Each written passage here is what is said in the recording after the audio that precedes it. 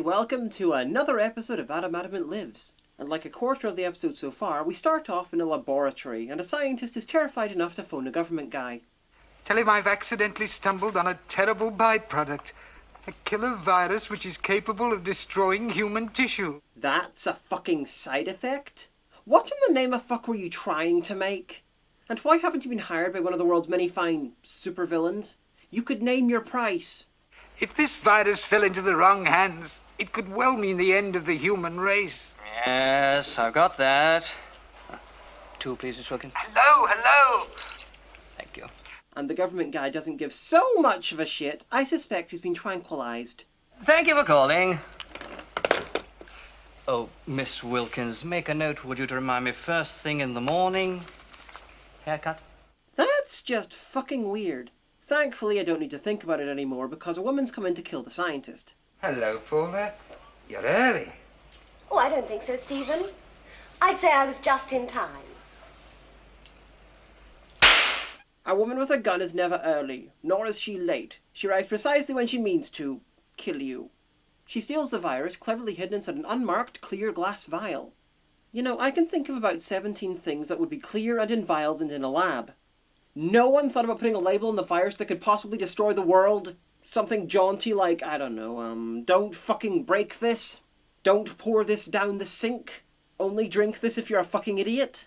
Over at Adamant's house, he's recently bought his old study chair in an antiques shop. He's identified it thanks to some carvings on the legs made by him and a friend of his when they were children. If I remember rightly, I was responsible for this leg. And the other is the handiwork of my friend, Leonard. Leonard, sir? I think you know him better as Winston Churchill. You can really tell this is the same creators as Doctor Who. He's name-dropping like a champ. But wait, Adamant's friends with Winston Churchill, who was also in Doctor Who, and Doctor Who had episodes that took place in 1960s London, where it was a swinging city and portrayed in black and white. And both of these shows take place in the same country, this great Britain as they call it. They both used Jerome Wills as evil men with sound-based schemes. The Doctor and Adamant both turned up in the 1960s League of Extraordinary Gentlemen. This means that Sims is actually the meddling monk.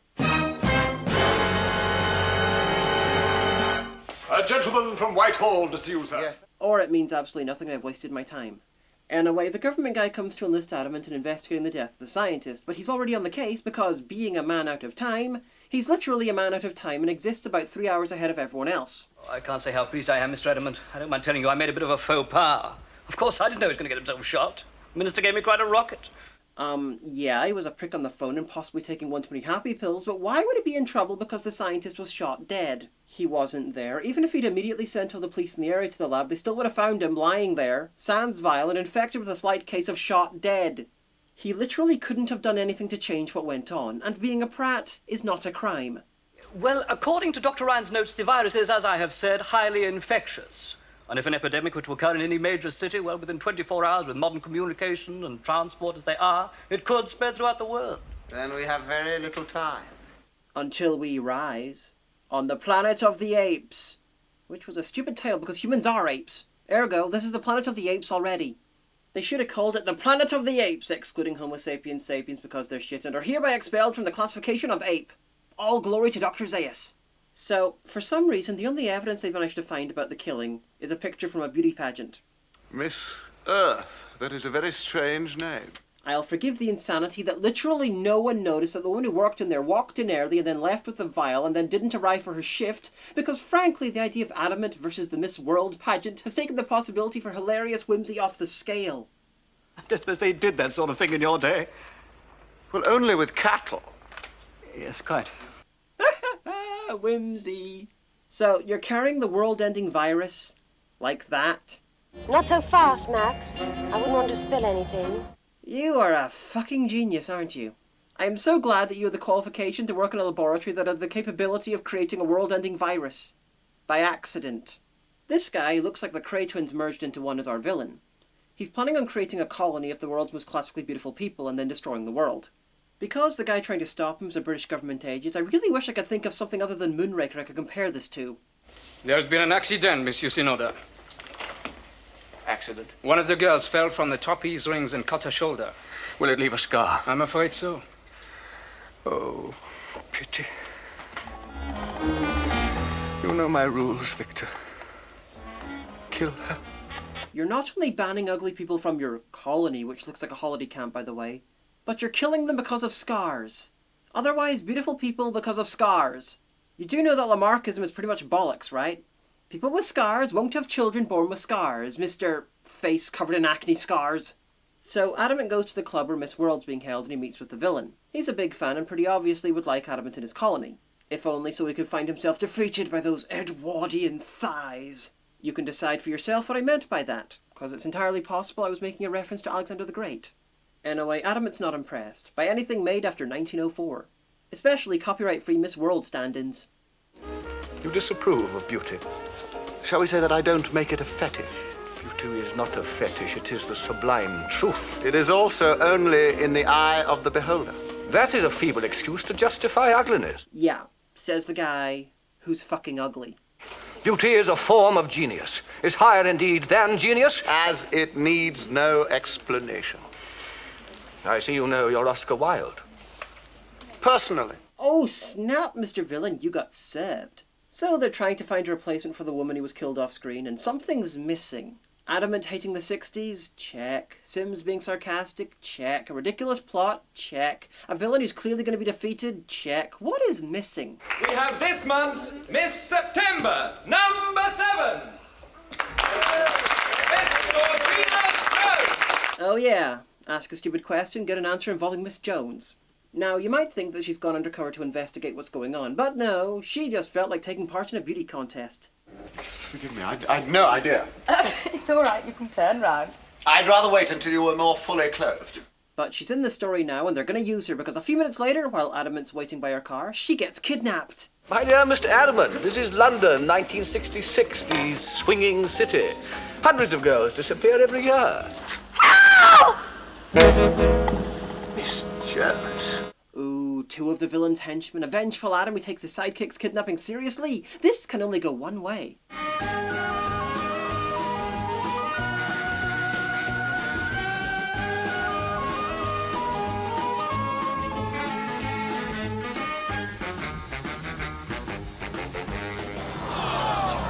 Ladies and gentlemen, this is just horrible. Words can't express what we're all feeling at this very moment. A great champion is fallen. We'll be back right after these important messages. That was not the one way I expected. What the fuck just happened? Usually the occasional defeat would give depth to a character, but this is episode 12 and Adamant has easily defeated everything thrown at him. Having some guy, and a French some guy no less, take him down so easily, this needs to be a plot point. Well, motherfucker. Back at the house, Adamant has received an invitation to the villain Sonoda's house for the weekend, and then gets a phone call about the identity of those who kidnapped Miss Jones. They have traced the car in which Miss Jones was abducted. Sonoda, sir? Yes. You know who he is, then why aren't the special forces swarming in on him as you two speak? Assault and kidnapping are serious crimes. Fucking hell. So, because the police are clearly crap, Adamant decides to take the invitation, even though it involves channeling the spirit of pumping iron. I'm like getting the feeling of coming in the gym, I'm getting the feeling of coming at home, I'm getting the feeling of coming backstage when I pump up, when I pose out in front of 5,000 people, I get the same feeling. So I'm coming day and night. I mean, it's terrific, right?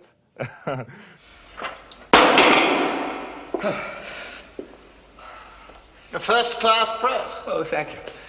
You've lifted yourself, then? A little, but some time ago. Oh, please, be my guest. £200 is hardly a worthy test. Shall we raise it to 20? If you wish. This scene takes fucking ages. They take turns lifting weights. The villain doesn't want to give up because he's deranged, and Adamant doesn't want to be defeated by a pitiful half-man twice in one episode. The longer this goes on, and on, and on, the more flashbacks I'm getting to Sextet. Actually, I take back what I said in that review. Adamant could do all this shit and still look like he's going to attend his own wedding too. And look even better than Dalton while doing it. And oh, I'm pretty sure that's the guy who played Toberman in Tomb of the Cybermen. And that's not only because there weren't that many muscular black actors with doorstopper-shaped hair in the UK in the 60s. Always good to see him. Toberman was depicted fairly racistly in Tomb of the Cybermen, but I really like to see Roy Stewart in things. Congratulations, Mr. Adamant. I shall improve with practice. You will make a worthy addition to our colony. I very much doubt that, sir. So, having invited the world-renowned super spy to his secret location, being defeated by him in weights, and found out that he's friends with the last woman he kidnapped, the villain gives Adamant free reign of the grounds. I'm guessing because it's polite. So Adamant goes to visit Miss Jones.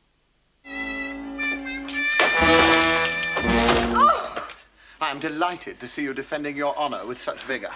Well, anybody who worships beauty to the point of deification must be deranged. Or head of programming at UPN. The room's been bugged, and in such an obvious way, they might as well have a fucking boom mic operator in there with them. You'd think that was a dummy and the real bug's elsewhere, but no.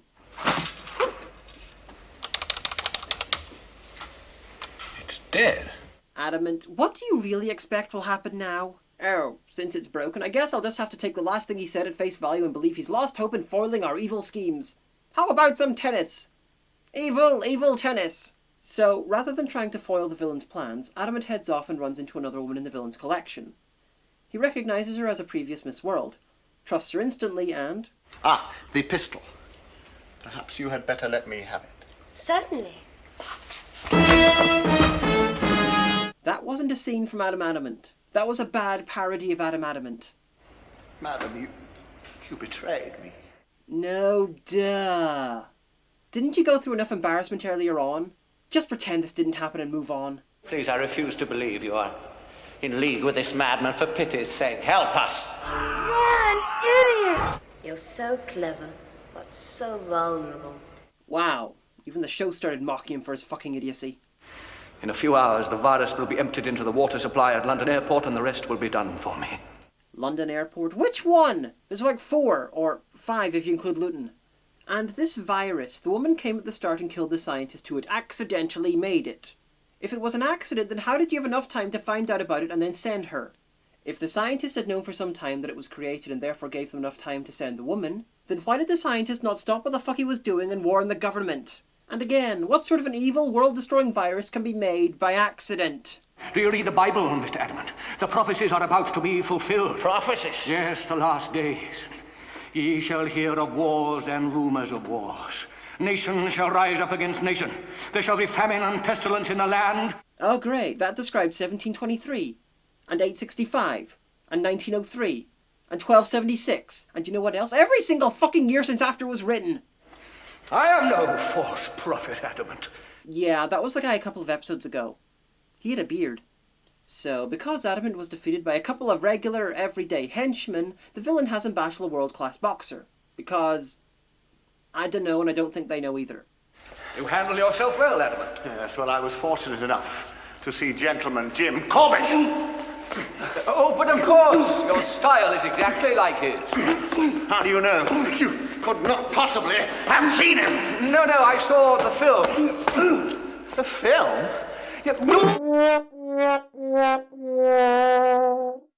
Miss Jones escapes to a local police station, but unfortunately all the government people in this episode are either insane or tranquilized and no one will fucking listen to her. Of course, it doesn't help that she's dressed like that and shrieking about the end of the world. Now, you'll be surprised. He's going to destroy the world! No, miss, don't go upsetting yourself. Now, would you like a nice cup of tea? No, I don't want anything. Granted, it's a little more reasonable here than in the opening scene, but still. He should at least humour her.